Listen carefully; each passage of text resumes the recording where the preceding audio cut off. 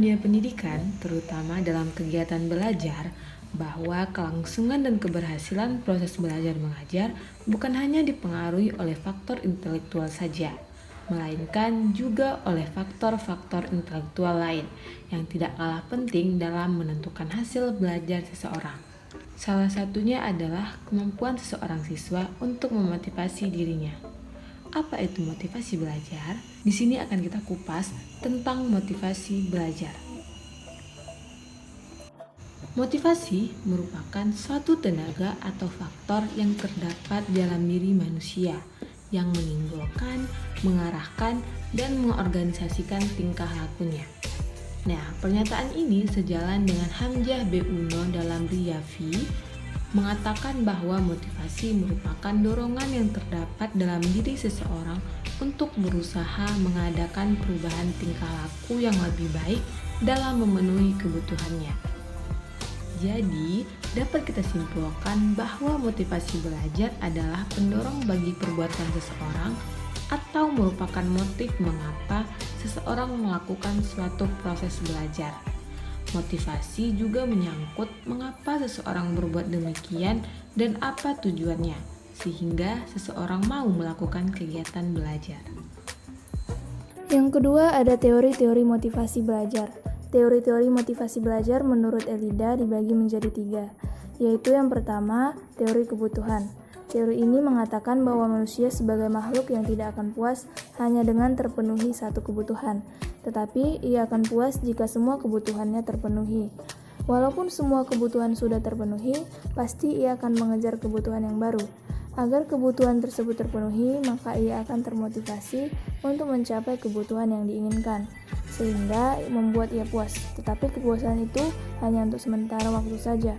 Demikian seterusnya sampai terpuaskannya kebutuhan yang paling tinggi. Yang kedua ada teori humanistik. Teori ini dipercaya bahwa ada satu motivasi, yaitu motivasi yang berasal dari diri masing-masing individu. Motivasi tersebut dimiliki oleh individu itu sepanjang waktu dan dimanapun ia berada. Yang penting, menurut teori ini adalah menghormati atau menghargai seorang sebagai manusia yang mempunyai potensi dan keinginan untuk belajar. Yang ketiga ada teori behavioristik. Teori ini berpendapat bahwa motivasi dikontrol oleh lingkungan. Suatu tingkah laku yang bermotivasi terjadi apabila konsekuensi tingkah laku itu dapat menggetarkan emosi individu, yaitu menjadi suka atau tidak suka. Apabila konsekuensi tingkah laku menimbulkan rasa suka, maka tingkah laku menjadi kuat. Tetapi jika tingkah laku itu menimbulkan rasa tidak suka, maka tingkah laku itu akan ditinggalkan. Aspek motivasi dalam belajar dibagi menjadi 2. Yang pertama, motivasi intrinsik. Thornbrook dalam Ellida Praitno dalam Ria berpendapat bahwa motivasi intrinsik adalah keinginan bertindak yang disebabkan oleh faktor pendorong dari dalam diri individu. Individu yang digerakkan oleh motivasi intrinsik baru akan puas kalau kegiatan yang dilakukan telah mencapai hasil yang terlibat dalam kegiatan itu. Motivasi intrinsik merupakan dorongan atau kehendak yang kuat yang berasal dari dalam diri seseorang. Semakin kuat motivasi intrinsik yang dimiliki oleh seseorang, semakin besar kemungkinan ia memperlihatkan tingkah laku yang kuat untuk mencapai tujuan. Yang kedua, motivasi ekstrinsik. Motivasi ekstrinsik dinamakan karena tujuan utama individu melakukan kegiatan adalah untuk mencapai tujuan yang terletak di luar aktivitas belajarnya, atau tujuan itu tidak terlibat di dalam aktivitas belajar. Menurut Singgi de Gunarsa dalam Ria tahun 2012, yang dimaksud dengan motivasi ekstrinsik adalah segala sesuatu yang diperoleh melalui pengamatan sendiri ataupun melalui saran, anjuran, ataupun dorongan dari orang lain. Selanjutnya adalah faktor-faktor motivasi belajar. Dibagi menjadi 5. Pertama adalah cita-cita dan aspirasi siswa. Di sini dapat dikatakan bahwa cita-cita akan memperkuat motivasi belajar siswa. Misalnya, cita-cita siswa untuk menjadi pemain bulu tangkis akan memperkuat semangat belajar dan mengarahkan perilaku belajar. Ia akan rajin berolahraga, melatih nafas, berlari, meloncat, di samping tekun berlatih bulu tangkis. Yang kedua adalah kemampuan siswa. Keinginan seorang anak perlu dibarengi dengan kemampuan ataupun kecakapan mencapainya. Keberhasilan yang dicapai menghasilkan rasa memuaskan dan menyenangkan hati. Secara perlahan terjadilah kegemaran pada anak ini. Secara ringkas dapat dikatakan bahwa kemampuan akan memperkuat motivasi anak untuk melaksanakan tugas-tugas perkembangan. Yang ketiga, kondisi siswa. Kondisi siswa yang meliputi kondisi-kondisi jasmani dan rohani dapat mempengaruhi motivasi belajar. Yang keempat adalah kondisi lingkungan siswa. Lingkungan siswa dapat berupa keadaan alam, lingkungan tempat tinggal, pergaulan sebaya, dan kehidupan kemasyarakatan. Bencana alam, tempat tinggal yang kumuh, ancaman teman yang nakal, perkelahian antara siswa akan mengganggu kesungguhan belajar. Yang kelima ada upaya guru dalam membelajarkan siswa. Guru adalah seorang pendidik profesional. Ia bergaul di setiap hari dengan puluhan siswa. Interaksi efektif pergaulannya akan mempengaruhi pertumbuhan dan perkembangan jiwa siswa. Fungsi motivasi belajar. Motivasi sangat berperan dalam belajar. Dengan motivasi inilah siswa menjadi tekun dalam proses belajar, dan dengan motivasi itu pula lah kualitas hasil belajar siswa juga kemungkinannya dapat diwujudkan. Siswa yang dalam proses belajar mempunyai motivasi yang kuat dan jelas pasti akan tekun dan berhasil belajarnya. Kepastian itu dimungkinkan oleh sebab adanya ketiga fungsi motivasi sebagai berikut. A. Pendorong orang untuk berbuat dalam mencapai tujuan. B. Penentu arah perbuatan, yakni ke arah tujuan yang hendak dicapai. C. Penseleksi perbuatan sehingga perbuatan orang yang mempunyai motivasi senantiasa selektif dan tetap terarah kepada tujuan yang ingin dicapai. Motif itu mendorong manusia untuk berbuat atau bertindak. Motif itu berfungsi sebagai penggerak atau sebagai motor yang memberikan energi atau kekuatan kepada seseorang untuk melakukan suatu tugas. Motif itu menentukan arah perbuatan, yakni ke arah perwujudan suatu tujuan atau cita-cita. 6. Dampak motivasi belajar. Motivasi belajar yang rendah dapat menyebabkan rendahnya keberhasilan belajar siswa. Lemahnya motivasi belajar akan melemahkan prestasi belajar dan melemahkan kegiatan belajar. Peserta didik yang kurang memiliki motivasi belajar ditandai dengan tidak antusias dalam belajar, lebih senang berada di luar kelas atau membolos, cepat merasa bosan, mengantuk, dan pasif. Indikator tingkat motivasi belajar siswa. Dalam mengetahui tingkat motivasi belajar pada siswa, terdapat beberapa indikator motivasi belajar siswa meliputi 1. Ketekunan dalam belajar. Kedua, minat dan ketajaman perhatian dalam belajar. Ketiga, ulet dalam menghadapi kesulitan. Keempat, mandiri dalam belajar.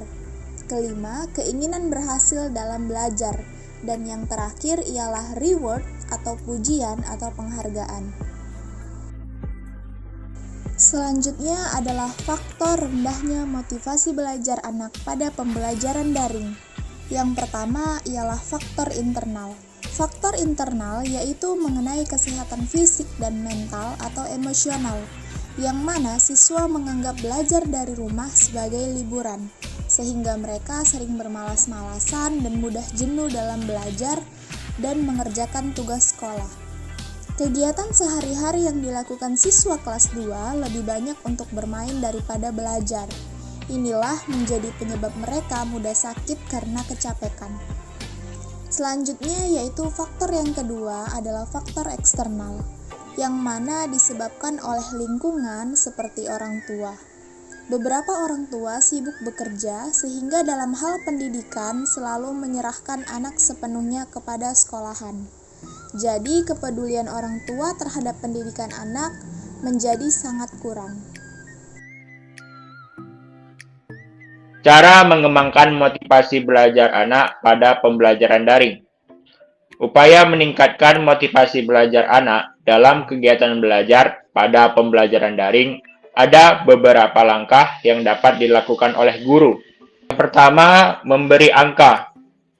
Dalam hal ini sebagai simbol dari nilai kegiatan belajarnya. Banyak siswa yang justru mencapai angka atau nilai yang baik. Angka-angka yang baik itu bagi para siswa merupakan motivasi yang sangat kuat.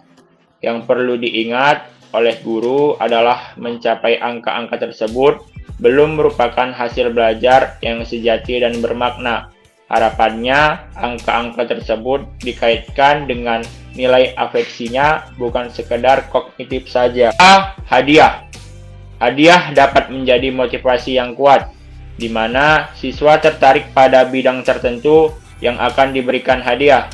Tidak demikian, jika hadiah diberikan untuk satu pekerjaan yang bisa diselesaikan oleh siswa, kompetisi persaingan, baik yang individu maupun kelompok, dapat menjadi sarana untuk meningkatkan motivasi belajar. Karena terkadang jika ada saingan, siswa akan menjadi lebih bersemangat dalam mencapai hasil yang terbaik. Ego involvement, yaitu menumbuhkan kesadaran kepada siswa agar merasakan pentingnya tugas dan menerimanya sebagai tantangan, sehingga bekerja keras adalah sebagai salah satu bentuk motivasi yang cukup penting. Memberi ulangan. Para siswa akan giat belajar kalau mengetahui akan diadakan ulangan. Tetapi ulangan jangan terlalu sering dilakukan, karena akan membosankan dan akan jadi rutinitas belakang. Mengetahui hasil belajar bisa dijadikan sebagai alat motivasi. Dengan mengetahui hasil belajarnya, siswa akan terdorong untuk belajar lebih giat, apalagi jika hasil belajar itu mengalami kemajuan. Siswa pasti akan berusaha mempertahankannya atau bahkan termotivasi untuk dapat meningkatkannya. Yang ketujuh, pujian. Ada siswa yang berhasil menyelesaikan tugasnya dengan baik diberikan pujian. Pujian adalah bentuk reinforcement yang positif dan memberikan motivasi yang baik bagi siswa.